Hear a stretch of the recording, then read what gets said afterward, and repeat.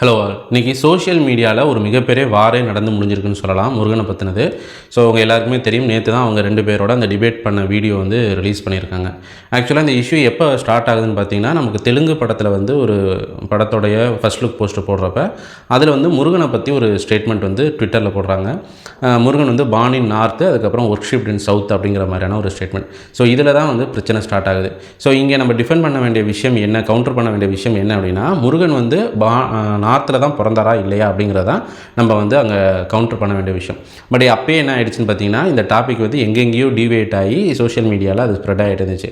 And ஃபைனலாக பார்த்தீங்க அப்படின்னா அதோடைய எண்டு வந்து எங்கே வந்து முடிஞ்சிருக்குன்னா, முருகன் வந்து நார்த்தில் பிறந்தாரா இல்லையா அப்படிங்கிறத தாண்டி அவர் வந்து சிவன் பார்வதிக்கு தான் பிறந்தாரா இல்லையா அப்படிங்கிறதுக்குள்ளே போய் அவர் வந்து உண்மையாகவே கடவுளா இல்லை மனிதரா அப்படிங்கிற மாதிரியான ஒரு எண்டுக்கு வந்து அந்த டாபிக் டிபேட் வந்து முடிஞ்சிருக்கு.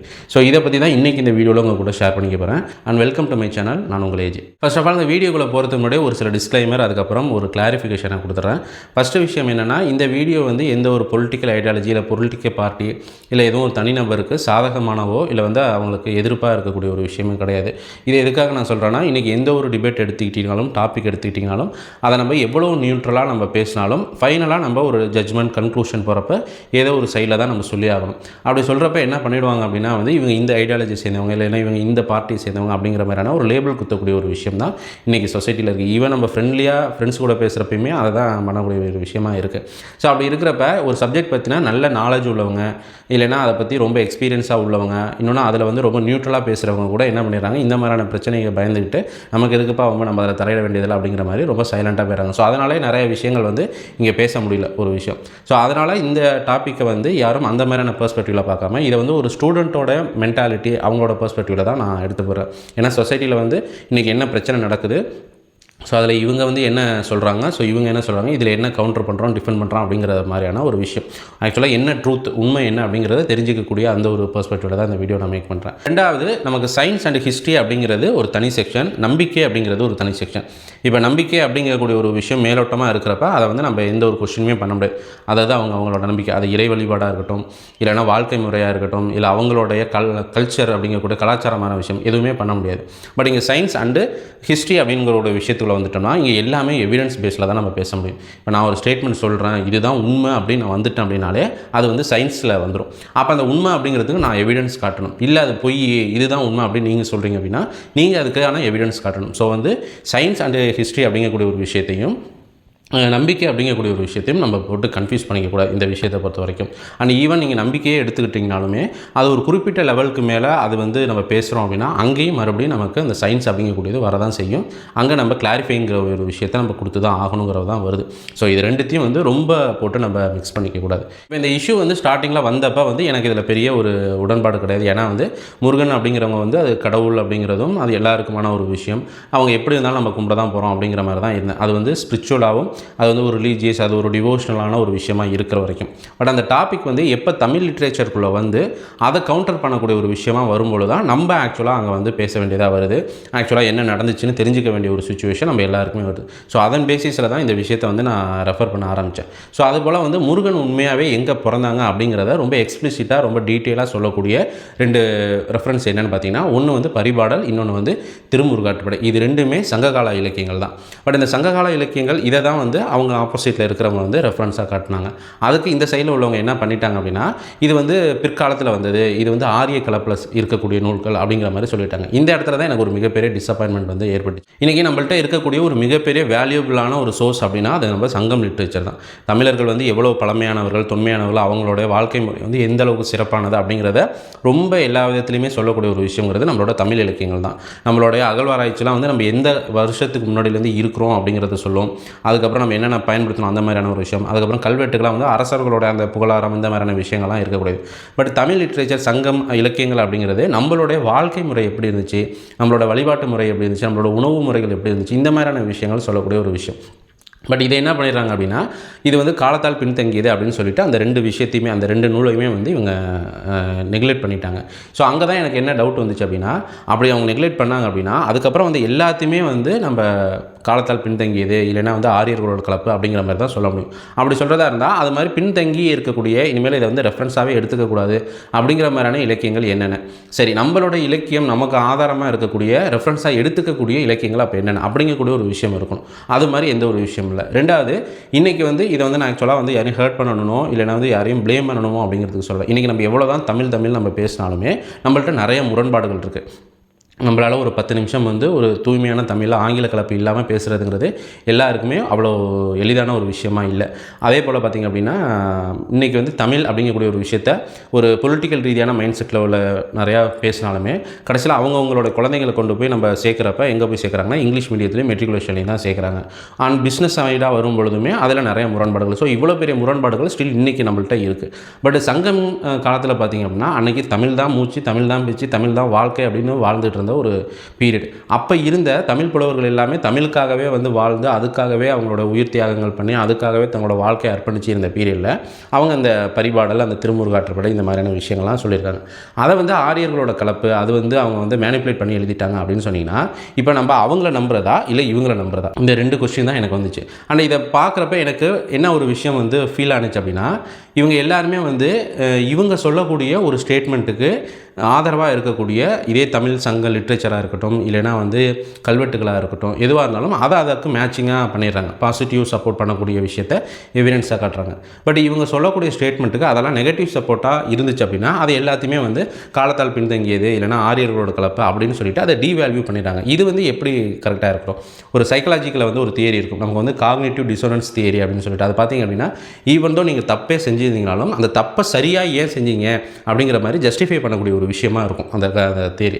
அதுபோல் தான் இவங்க சொல்கிறது எல்லாமே இருந்துச்சு. இவங்க சொல்லக்கூடிய அதே நூட்கள் வந்து அவங்களுக்கு சப்போர்ட்டாக இருக்கிறப்ப அதை அவங்க ரெஃபரன்ஸாக காட்டுறாங்க. பட் அதுவே வந்து அவங்களுக்கு நெகட்டிவான ஒரு ரெஃபரன்ஸ் கொடுக்குறப்ப இல்லை இது வந்து ஏற்றுக்க முடியாது, இது வந்து காலத்தால் பின்தங்கியது, இது வந்து ஆரியர்களோட கலப்பு அப்படின்னு சொல்லிடுறாங்க. சரி, ஓகே, அதுவுமே நம்ம எடுத்துக்கிறதா இருந்தாலும் அப்படி காலத்தால் பின்தங்கியது, இனிமேல் இதை ரெஃபரன்ஸாகவே எடுத்துக்கக்கூடாதுங்கிற புக்கெல்லாம் என்ன, அதோடைய லிஸ்ட் என்ன, இதில் யாரெல்லாம் வந்து பியூர்லி தமிழ் ஓரியன்டாக மட்டுமே எழுதுனா. இப்போ இந்த திருமுருகாற்றுப்படையை பார்த்திங்க அப்படின்னா நக்கீரர் எழுதுனது. அந்த நக்கீரருக்கு ரொம்ப ஃபேமஸாக சொல்லக்கூடிய கோட்ஸே என்னென்னு பார்த்தீங்கன்னா, இந்த நெற்றிக்கண் திறப்பினும் குற்றம் குற்றமே அப்படிங்கிற ஒரு விஷயம் தான். ஸோ அந்தளவுக்கு சிவனே இருந்தாலும் உண்மைனா உண்மை தான், ஃபேக்ட்னா ஃபேக்ட் தான் அப்படின்னு பேசக்கூடிய ஒரு நபர் எழுதுனதான் திருமுருகாற்றுப்படை. அப்படி இருக்கிறப்ப அவங்களே வந்து ஆரியர்களோட இன்ஃப்ளூயன்ஸ் இருக்குது அப்படின்னு சொல்லிட்டிங்கன்னா, அப்போ பியூர்லி தமிழ் புலவர்கள் அப்படிங்கக்கூடிய இருந்தவங்க யார்? அட்லீஸ்ட் அதையாவது சொன்னால் தான் நம்ம ஃப்யூச்சரில் வந்து அந்த விஷயத்தை வந்து நம்ம எடுத்துக்க முடியும். இவங்க சொல்கிறப்ப ஒரு விஷயத்தை மேற்கோள் காட்டுறதும் அண்ட் இவங்களுக்கு எகென்ஸ்டாக வரும்பொழுது அந்த விஷயத்தை டீவேல்யூ பண்ணுறதுங்கிறது எப்படி கரெக்டாக இருக்கும் அப்படிங்கிறதா தான் எனக்கு அந்த இஷ்யூ பார்க்குறப்ப வந்த டவுட்ஸ். அண்ட் அது மட்டும் இல்லாமல் இது வரைக்கும் தான் நான் ஃபஸ்ட்டு வீடியோ மேக் பண்ணுறதாகவும் இருந்துச்சு. பட் அதுக்குள்ளே பார்த்திங்கன்னா அந்த டாபிக் வந்து வேறு டிபேட்குள்ளே போய் ஃபைனலாக அவங்க 2 பேருமே டிபேட் பண்ணுறோம் அப்படிங்கிற மாதிரியான ஒரு விஷயத்துக்கு வந்தாங்க. சரி, அதுக்குள்ளே நம்மளும் அதுக்கான ரெஃபரன்ஸ் வேறு என்னென்ன இருக்குது, உண்மையாகவே இதில் வந்து இது வந்து ஒரு ரொம்ப மியர் ரெஃபரன்ஸ் தானா, இதை தாண்டி சில ரெஃபரன்ஸ் இருக்கிறதுக்கான பாசிபிலிட்டி இருக்கா? ஏன்னா அவங்களோட ஃபீல்டில் வந்து ஓரளவுக்கு நாலேஜபிள் பர்சனாக இருக்கிறப்ப அவங்க ஃபைனலாக என்னென்ன விஷயங்கள்லாம் கொடுக்குறாங்க, எவிடன்ஸ் கொடுக்குறாங்கிறத பார்த்துட்டு இந்த வீடியோ மேக் பண்ணலாம் அப்படின்னு சொல்லிட்டு நான் அதை வந்து கொஞ்சம் ஹோல்ட் பண்ணிட்டேன். அதுக்குள்ளே நானும் சில ரெஃபரன்ஸ் வந்து தொல்காப்பியத்துலேருந்து சங்ககால இலக்கியத்தில் எப்படி இருக்குது, என்னென்ன மாதிரியான விஷயங்கள் இருக்குது அப்படிங்கிறதையும் நானும் கொஞ்சம் ரெஃபர் பண்ணேன். ஸோ நேற்று பார்த்திங்க அப்படின்னா அவங்களுடைய அந்த டிபேட் வீடியோங்கிறது ரிலீஸ் ஆகிடுச்சு. இப்போ அதில் பார்த்திங்கன்னா ஒருத்தவங்களோட சேனலில் 1 மணி நேரம் 27 நிமிஷம் இருக்கக்கூடிய ஒரு வீடியோ இருக்குது. இன்னொருத்தவங்க சேனலில் பார்த்திங்கன்னா 1 மணி நேரம் 24 நிமிஷம் அப்படிங்கக்கூடிய வீடியோவில் இருக்குது. இப்போ இதில் நான் சொல்லக்கூடிய வீடியோ பார்த்திங்கன்னா 1 மணி நேரம் 27 நிமிஷம். இதை தான் நான் ரெஃபரன்ஸில் எடுத்துக்கிறேன். ஸோ இது ரெண்டுமே வந்து நான் வந்து பார்த்துருக்கேன். பட் இந்த வீடியோவில் நான் உங்கள்கிட்ட சொல்கிறது வந்து இந்த 1 மணி நேரம் 27 நிமிஷம் அப்படிங்கக்கூடிய ஒரு வீடியோவில் தான். ஸோ அந்த வீடியோவில் பார்த்திங்க அப்படின்னா அவங்க 2 பேரும் பேசுகிறப்ப ஒரு சைடில் வந்து முருகன் வந்து அவங்க கம்ப்ளீட்லி கடவுள், சூப்பர் நேச்சுரல் கடவுள், அவங்க வந்து சிவன் பார்வதிக்கு தான் பிறந்தாங்க அப்படிங்கிற தரப்பு வந்து அவங்க நிறைய எவிடன்ஸ் காட்டுறாங்க, ரெஃபரன்ஸ் காட்டுறாங்க. ஈவன் தோ இவங்க சொல்லக்கூடிய இந்த பிற்காலத்துக்கு முந்தைய காலமான சங்க காலத்திலே பார்த்திங்க அப்படின்னா புறநானூறுலையும் அதுக்கான எவிடன்ஸ் இருக்குது, தொல்காப்பியத்துலையும் அதுக்கான எவிடன்ஸ் இருக்குது அப்படிங்கிறத காட்டுறாங்க. பட் இந்த சைடில் இருக்கிறவங்க பார்த்திங்கன்னா இவங்க சொல்லக்கூடிய விஷயங்கள் எல்லாமே இது ஒரு ஆரிய கலப்பு, இந்த பீரியடுக்கு வந்தது, இதை வந்து ஏற்றுக்க முடியாதுங்கிறதுக்கான ஒரு மாதிரியான ரெஃபரன்ஸ் தான் காட்டுறாங்களே தவிர, நான் சொல்கிற விஷயம் முருகன் வந்து முப்பாட்டனார், முருகன் வந்து இங்கே மனிதராக இருந்தவர், இல்லைனா முருகன் வந்து ஒரு அரசராக இருந்தவர், அப்படிங்கக்கூடிய ஒரு ஸ்டேட்மெண்ட்டுக்கு எவிடன்ஸாக எந்த ஒரு ரெஃபரன்ஸுமே எந்த ஒரு விஷயத்தையுமே காட்டலை. இது பார்த்திங்கன்னா கிட்டத்தட்ட ஒரு 50 நிமிஷம் வரைக்குமே இதே விஷயத்துக்குள்ளே தான் போகுது. அவங்க கேட்குறதும் இவங்க இல்லை வேறு ரெஃபரன்ஸ் காட்டுறதும் இன்னொன்று வேறு டாப்பிக்குள்ளே போகிறதும் இப்படியே தான் அந்த விஷயம் போயிட்டுருந்துச்சு. கரெக்டாக 50வது நிமிஷத்தில் தான் இந்த சைடில் உள்ளவங்க என்னத்தை ஒத்துக்கிறாங்க அப்படின்னா, இல்லை தமிழ் சங்க லிட்ரேச்சரில் பார்த்திங்க அப்படின்னா எல்லாத்துலேயுமே முருகனை வந்து கடவுளாக தான் ப்ரொஜெக்ட் பண்ணியிருக்காங்க அப்படிங்கிறத கரெக்டாக 50வது நிமிஷத்தில் நீங்கள் அந்த வீடியோ பார்த்திங்கன்னா தெரியும், அதை ஒத்துப்பாங்க. ஸோ அதோடைய அந்த டிபேட்டுங்கிறது முடிஞ்சிருச்சு. ஸோ அதில் தான் என்ன தெரிய வந்து நம்ம கன்க்ளூஷன் வந்துடுது அப்படின்னா, முருகன் அப்படிங்கிறவங்க வந்து கடவுள், பியூர்லி கடவுள் அப்படிங்கிறதும், அவங்க வந்து சிவன் பார்வதிக்கு பிறந்ததும், அவங்க பிறந்த இடம் இமயமலை அப்படிங்கக்கூடிய அந்த பரிபாடல் திருமுருகாற்றுப்படையோட ரெஃபரன்ஸுங்கிறதான் ஃபைனலாக ஜட்மெண்ட்டாக நமக்கு கன்க்ளூஷன் அப்படிங்கிறது தெரியுது. பட் அதுக்கப்புறமே பார்த்திங்க அப்படின்னா அந்த கடவுள் அப்படிங்கக்கூடிய இதுக்குமே வந்து அர்த்தம் வேறு அப்படிங்கிற மாதிரியான ஒரு ஸ்டேட்மெண்ட் அவங்க முன்வைக்கிறாங்க. ஸோ அதுக்கு தான் இவங்க இந்த சைடில் உள்ளவங்க என்ன கேட்குறாங்கன்னா, அந்த மாதிரியான ஸ்டேட்மெண்ட் எதில் இருக்குது, நமக்கு வந்து ஒரு ரெஃபரன்ஸ் அப்படிங்கிறது எல்லாமே நம்ம எடுக்கிறோம் அப்படின்னா நம்மளாக யோசித்து நம்மளாக ஒரு விஷயத்தை சொல்ல முடியாது. எல்லாமே நமக்கு தமிழ் லிட்ரேச்சர்லேருந்து எடுக்கணும், இல்லைனா இன்ஸ்கிரிப்ஷன்லேருந்து கல்வெட்டுலேருந்து எடுக்கணும், இல்லை ஓலைச்சுவடியிலேருந்து எடுத்துக்கணும், இல்லைனா அகழ்வாராய்ச்சி இது மாதிரியான விஷயங்களை தான் எடுத்துக்க முடியும். அதுபோல் இந்த தமிழுக்கு ஒரு வார்த்தைக்கு இதுதான் அர்த்தங்கள், இந்தந்த அர்த்தங்கள்லாம் இருக்குதுன்னு சொல்லுவது தான் வந்து நிகண்டுகள் அப்படிங்கிறது, அதாவது தமிழ் டிக்ஷனரி அப்படிங்கக்கூடிய விஷயம். அதில் எங்கே வந்து இவங்க சொல்லியிருக்காங்க அப்படிங்கிற ஒரு விஷயம் கேட்குறப்ப அவங்க அதுக்கான பதில் சொல்லலை. அண்ட் மறுபடியும் எகைன் என்னென்னு சொல்கிறாங்கன்னு பார்த்தீங்கன்னா, இது எல்லாமே பிற்காலத்தில் தான் வந்தது அப்படிங்கிற மாதிரி சொல்கிறப்ப இவங்க மறுபடியும் என்ன கேட்குறாங்க அப்படின்னா, ஓகே நான் சொல்கிறது எல்லாமே பிற்காலத்தில் வந்தது, நாங்கள் சொல்கிறது எதுவுமே நீங்கள் ஏற்றுக்கல அப்படின்னா நீங்கள் சொல்கிறதுக்கான ஒரு எவிடன்ஸ் அப்படிங்கிறத கூட காட்டுங்க அப்படிங்கிற மாதிரி கேட்குறாங்க. அதுக்கு அப்பயுமே வந்து அவங்கள்ட்ட வந்து இல்லை, எதுவுமே வந்து அவங்க காட்டலை. இப்போ இங்கே எல்லாருக்குமே ஒரு டவுட் என்ன வரும்னு பார்த்தீங்கன்னா, இது வந்து ஒரு கடவுள் சம்மந்தப்பட்ட விஷயமா இருக்கிறப்ப இங்கே வந்து எவிடன்ஸ் அப்படிங்கிறத நம்மளால் கொண்டு வர முடியுமா, அது அந்தளவுக்கு கரெக்டாக இருக்குமா அப்படிங்கிறதான். ஸோ இந்த டவுட் எனக்குமே வந்துச்சு. ஆக்சுவலாக நமக்கு நம்பிக்கை அப்படிங்கிறது பியூர்லி ஒன்றும் எவிடன்ஸே இல்லை அப்படிங்கிற மாதிரி இருந்தாலோ, இல்லை அந்த எவிடன்ஸை வந்து இன்றைக்கி வேல்யூ பண்ணி அப்லிஃப்ட் பண்ணி நம்ம ஒரு விஷயத்தை வச்சுருக்கிறோம், அதில் நமக்கு அந்த நம்பிக்கையாக இருக்குது அப்படிங்கிற மாதிரி இருந்தாலும் அதில் நம்ம பெருசாக இன்டர்ஃபியர் ஆக போகிறது கிடையாது. ஆனால் கம்ப்ளீட்டாக இருக்கக்கூடிய ஹிஸ்ட்ரிக்கு எகெயின்ஸ்டாக ஒரு நம்பிக்கை வரும்பொழுது தான் அந்த இடத்துல நமக்கு எவிடன்ஸ் அப்படிங்கிறது தேவைப்படுது. இப்போ நீங்கள் இன்னும் நல்லா நோட் பண்ணிங்கன்னா, இன்றைக்கி வேர்ல்டுலேயே மிகப்பெரிய ஒரு ரிலீஜியன் அப்படின்னு பார்த்திங்கன்னா அது கிறிஸ்டியானிட்டி தான். ஸோ அவங்களுடைய ஜீசஸ் கிறிஸ்ட் வந்து எங்கே பிறந்தாங்க, என்றைக்கு உயிர் திறந்தாங்க, அவங்க எந்த மதத்தில் பிறந்தாங்கிற ரெக்கார்டு இன்றைக்கி வரைக்குமே இருக்குது. கிட்டத்தட்ட 2000 வருஷம் ஆகிட்டு ஜீசஸ் கிறிஸ்ட் பிறந்து இன்றைக்கி ஒரு கிறிஸ்டியானிட்டிங்கிற ஒரு மதம்ங்கிறது இல்லை சர்வைவ் ஆகிட்டு இருக்கிறது 2000 வருஷம் ஆச்சு. பட் ஸ்டில் அவங்களோட பற்றின ஹிஸ்ட்ரி அப்படிங்கிறது இருக்குது. அதே பொறுத்த வரைக்கும் அதே போல் நீங்கள் வந்து இஸ்லாத்தை எடுத்துக்கிட்டிங்கன்னா அதில் முகமது நபிகள் எங்கே பிறந்தாங்க, அவங்க இறை தூதுவராக எப்போ மாறினாங்க, எப்போ இறந்தாங்க அப்படிங்கிறது எல்லாமே, அவங்க எங்கே எந்த இடத்துல இருந்தாங்க அப்படிங்கிறது எல்லாமே இன்றைக்கும் ஸ்டில் ஹிஸ்ட்ரியாக இருக்குது. ஸோ இதெல்லாம் இல்லை அப்படின்னு பார்த்தீங்கன்னா, இப்போ இந்தியாவிலுமே எடுத்துக்கிட்டிங்கன்னா மகாபாரதம் அண்டு ராமாயணம் இதெல்லாம் நீங்கள் புராண கதைகள் அதெல்லாம் நம்ப முடியாது அப்படிங்கிற மாதிரி நீங்கள் சொன்னீங்கனாலுமே அதில் வர ஒவ்வொரு கேரக்டருக்குமே அவங்க எங்கே பிறந்தாங்க, யாருக்கு பிறந்தாங்க அப்படிங்கிற டீட்டெயில் இருக்குது. நீங்கள் ராமர் எடுத்துக்கிட்டிங்கன்னா ராமர் எங்கே பிறந்தார், அதுக்கப்புறம் பார்த்திங்க அப்படின்னா கிருஷ்ணன் எங்கே பிறந்தார், அதுக்கப்புறம் ஈவன் நீங்கள் மகாபாரதத்தில் கர்ணன் வந்து எந்த நதிக்கரையில் வந்து ஆற்றுல விடப்பட்டான் அப்படிங்கிற வரைக்கும் எல்லாமே இருக்குது. அவங்க யாரோட போர் புரிஞ்சாங்க அப்படிங்கிறது இருக்குது.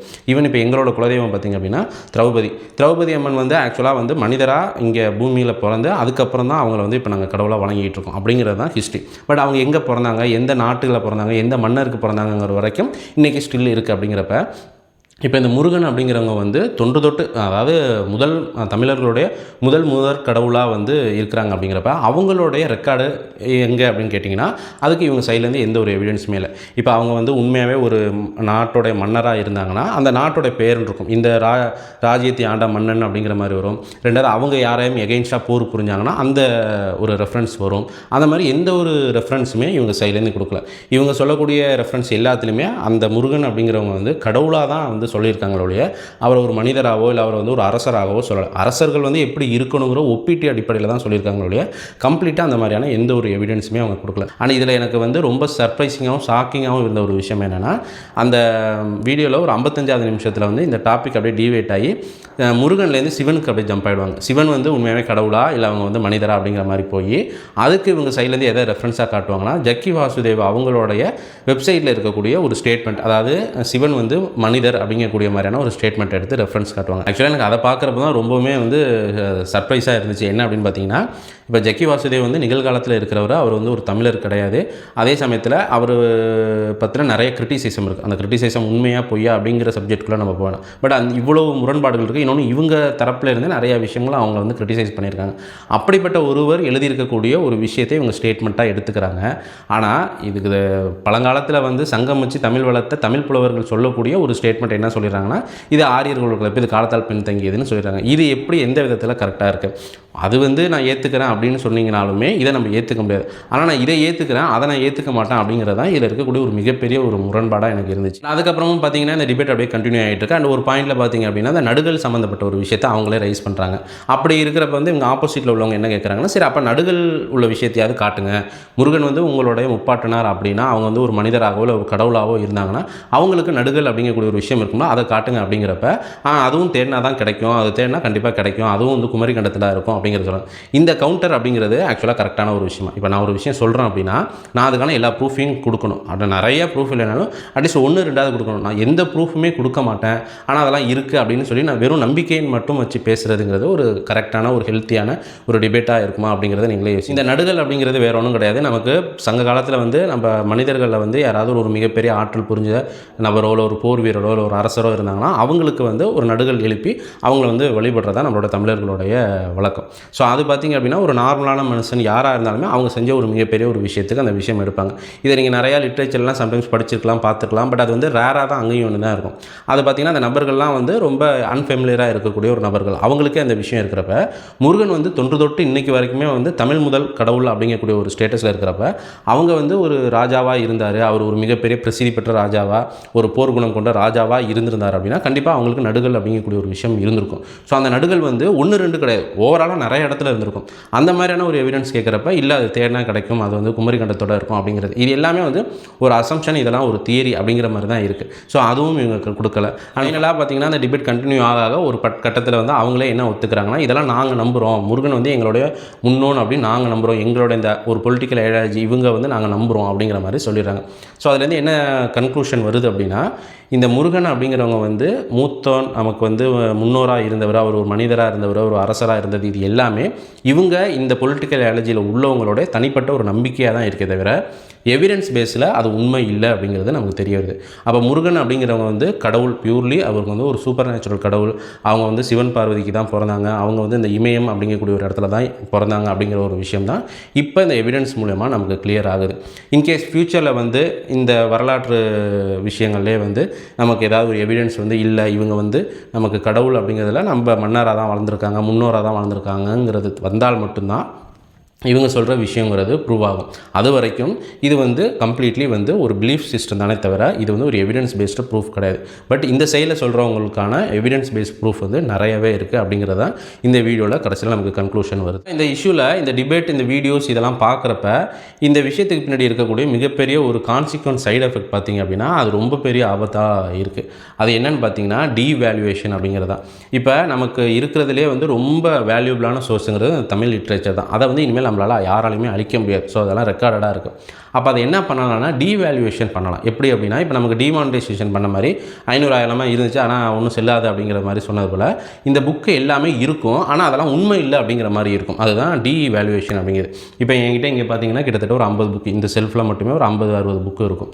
இந்த 50-60 புக்கில் ஒரு 20 புக்கு நான் எடுக்கிறேன். அந்த 20 புக்கை நீங்கள் என்ன சொல்லிடுறீங்க அப்படின்னா இதெல்லாம் வந்து ஏற்றுக்க முடியாது, இதெல்லாம் ரொம்ப இப்போ வந்ததுங்க அப்படின்னு சொல்லிடுறீங்க. ஸோ அதை நான் தூக்கி வர வச்சுறேன். அதுக்கப்புறம் ஒரு 20 புக்கு எடுக்கிறேன் அப்படின்னா இதெல்லாம் வந்து ஃபாரின் ஆத்தர்ஸ் எழுதுனது, இதெல்லாம் ஆங்கில கலப்பு, இல்லைனா வந்து ஆரியர்களோட கலப்பு உள்ளது அப்படிங்கிற மாதிரி சொல்லிடுறீங்க. அப்புறம் அதையும் தூக்கி வச்சிடறேன். பாக்கி இருக்கக்கூடிய புக்கை என்ன பண்ணுவீங்க அப்படின்னா நீங்கள் ஒன்றும் பண்ண வேண்டியதில்லை. நானே என்ன பண்ணுவேன், ஆமாம் எல்லாமே உருப்படாத புக்காக இருக்குது, எதுவுமே வந்து ஒரு ரியல் புக்காவோ ஒரு ஒரிஜினலானோ உள்ள விஷயமோ எல்லாத்துலேயுமே ஏதாவது ஒரு கலப்பு ஏதாவது ஒரு விஷயம் இருக்குங்கிறப்ப ஆட்டோமேட்டிக்காக நானாகவே அந்த புக்கையும் ஒதுக்கி வச்சிருவேன். அப்படி பார்த்துட்டிங்க அப்படின்னா நம்மளோட தமிழ் சங்கம் லிட்ரேச்சர் எல்லாமே பார்த்திங்கன்னா வேல்யூ இல்லாத ஒரு ரெக்கார்டாக போயிடும். இருக்கும், ஆனால் அது வந்து ஒரு வேல்யூ இல்லாத ரெக்கார்டாக இருக்கும். நாளைக்கு நம்ம சொசைட்டிலே இருக்கிறவங்க போய் அந்த ஒரு விஷயத்தை திருக்குறளையோ இல்லை தொல்காப்பியத்தையோ இல்லை புறநானூறு அகநானூறு எடுத்தாலுமே அவங்க அதெல்லாம் வந்து ஆரியர்களோட கலப்புங்க, அதெல்லாம் வந்து அதுக்கப்புறம் லேட்டராக வந்தது, நம்மளோடதெல்லாம் வந்து காலத்தோட கடலில் வந்து மூழ்கி போயிடுச்சு, நம்மளோட ரெக்கார்டெலாம் உண்மையான ரெக்கார்ட் கிடைக்கவே இல்லைங்க அப்படிங்கிற மாதிரியான ஒரு சுச்சுவேஷன் வரும்.